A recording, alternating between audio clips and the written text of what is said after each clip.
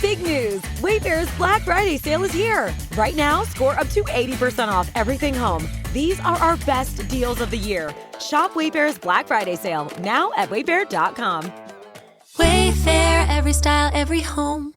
With fall in full swing, more moments call for more comfort. Mack Weldon's got all the essentials for comfortable, easy-to-layer clothes designed for cooler days and timeless style you can count on. Their new Ace line, inspired by their best-selling sweatpants, combines everyday comfort with long-lasting and effortless looks. Not flashy, just classic, always in style, and made from the world's most comfortable performance materials. Fall into comfort with Mack Weldon's Ace collection. Go to MackWeldon.com and get 20% off your first order of $125 or more with promo code MAC25.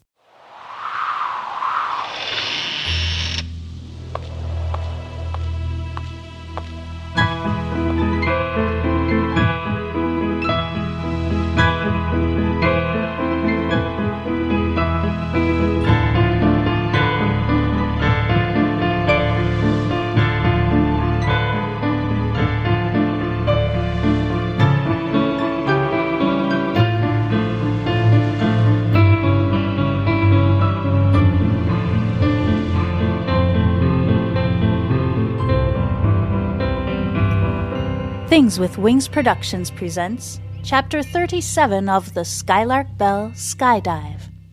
I'm your host, Melissa Oliveri. In last week's episode, Farfalla creates a time loop to ensure she and Marius will meet in her youth, regardless of the heartbreak and chaos doing so will cause.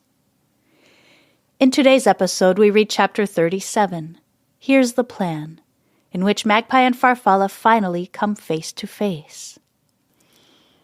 Now it's time to settle in, grab a blanket and a warm drink. We're getting started.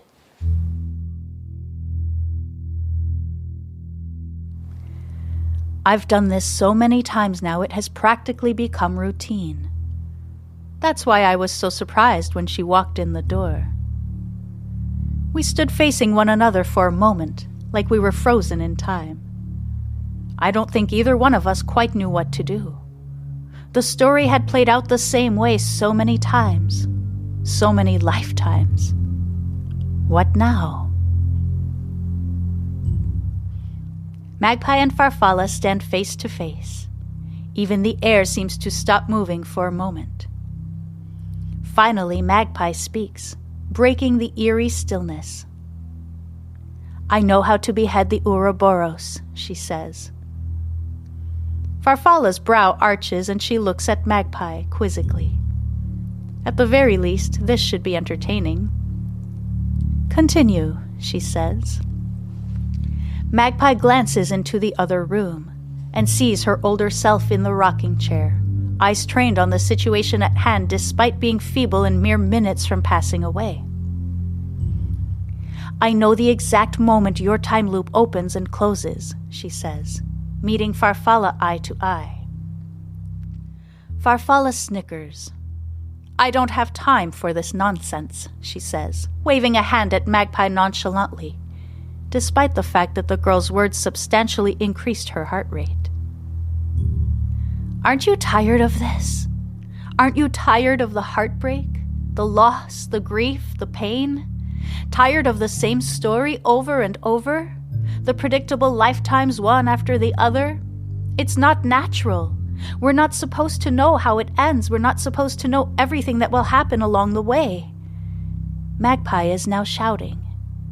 From the corner of her eye, she sees an ever so small, proud smile creep up on the corner of her older self's mouth. Now it's Farfalla's turn to shout. Know what's not natural? The love of your life disappearing in a snowstorm. Or being centuries away from your child. Or, how about this, being locked in a tree for all eternity. You want to talk to me about things that are not natural?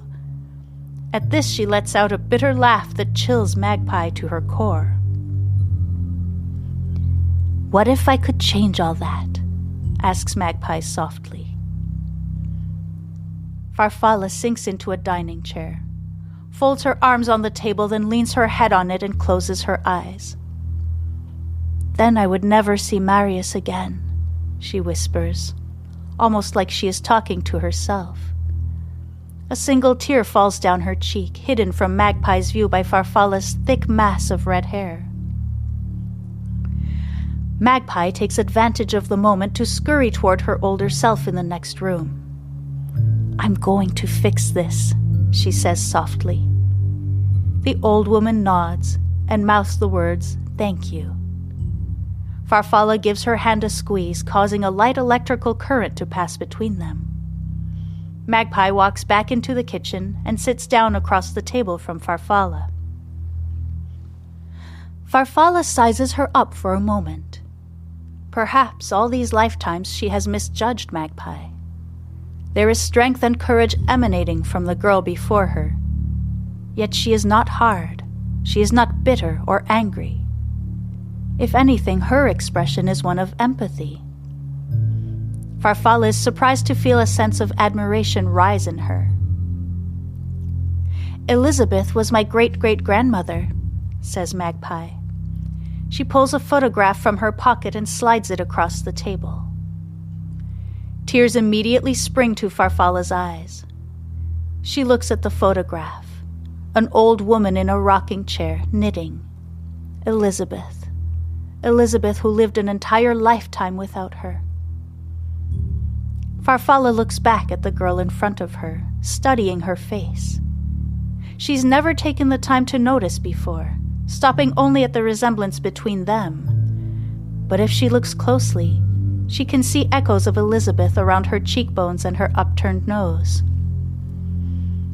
Farfalla feels her strength and resolution fade, and finally she gives in and begins to weep. "All these years, all these lifetimes," she says, clearly running through every painful moment in her mind, every love, every loss. "I have made your life, our lives, so hard, so unbearable. I'm so sorry, I'm so very, very sorry." The words come out muffled between heaving sobs. "All this time, lost, all those lifetimes. I was just so lonely and so hurt. I wanted someone else to hurt. It was wrong, I was wrong," she whispers. Magpie isn't sure whether Farfalla is addressing her or the photograph of Elizabeth. But at this point it doesn't much matter. She knows she can capitalize on Farfalla's feeling of regret. Magpie reaches across the table and takes Farfalla's hand. "I think I know how to fix it. All of it," she says. "But I'm going to need your help." "Whatever you need, whatever I can do," says Farfalla, finally lifting her head up. She wipes aggressively at the tears on her cheeks, a newfound look of acceptance on her face. A moan from the next room grasps Magpie's attention. "I have to go be with her right now.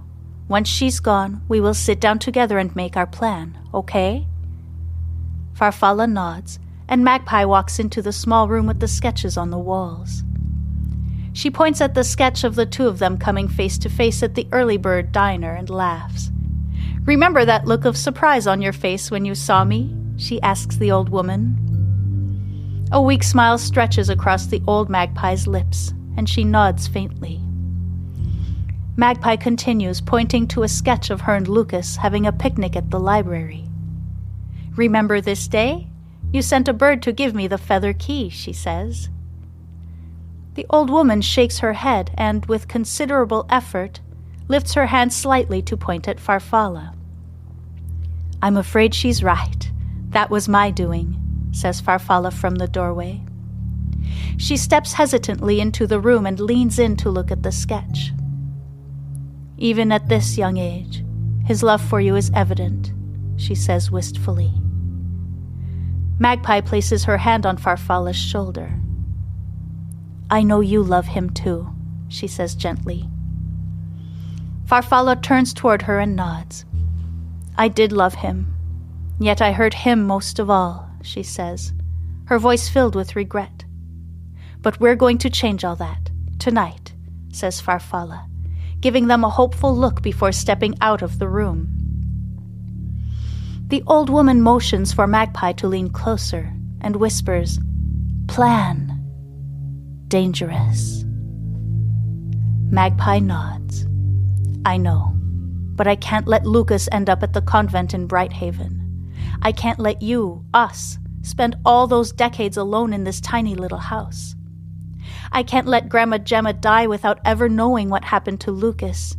I can't let things keep happening, not when I have knowledge of them and a chance to stop it, she says.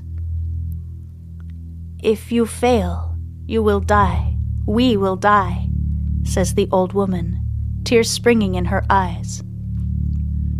I won't fail, says Magpie with a confidence she isn't feeling. She has studied every memory, analyzed the time loops from every angle, and she truly feels like she has a chance.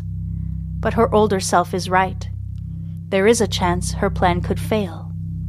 And if it does, she will not survive.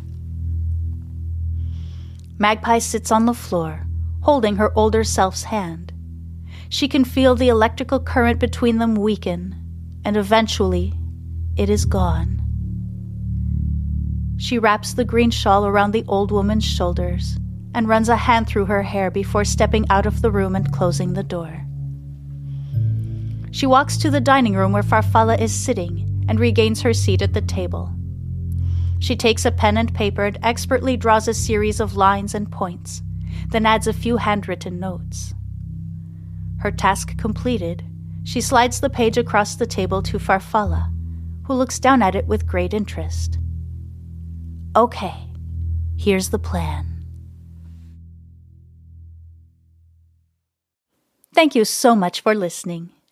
Join me next week for Chapter 38, Skyedive, in which Magpie and Farfalla's plan is set in motion.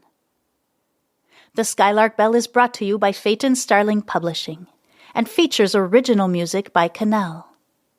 Leaving a rating or a review on your preferred podcast platform is incredibly helpful in helping the podcast gain visibility so others can find and enjoy the story of the Skylark Bell. It's a quick, easy, and free way to support my work. If you'd like to support me further, you can also subscribe to Patreon, where you'll get early access to ad-free episodes and digital downloads of all the music. Be sure to also follow me on social media for updates, and I love to connect with listeners. Just check the show notes for all necessary links. Once again, thank you for listening. I'm Melissa Oliveri, and this is the Skylark Bell Podcast.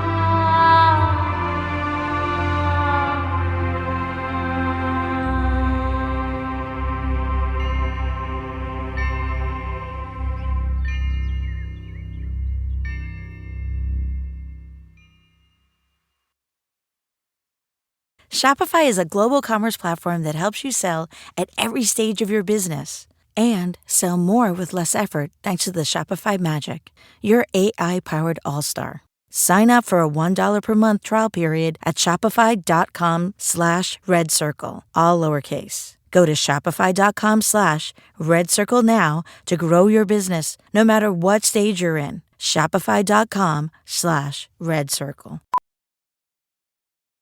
Big news! Wayfair's Black Friday sale is here. Right now, score up to 80% off everything home. These are our best deals of the year. Shop Wayfair's Black Friday sale now at wayfair.com.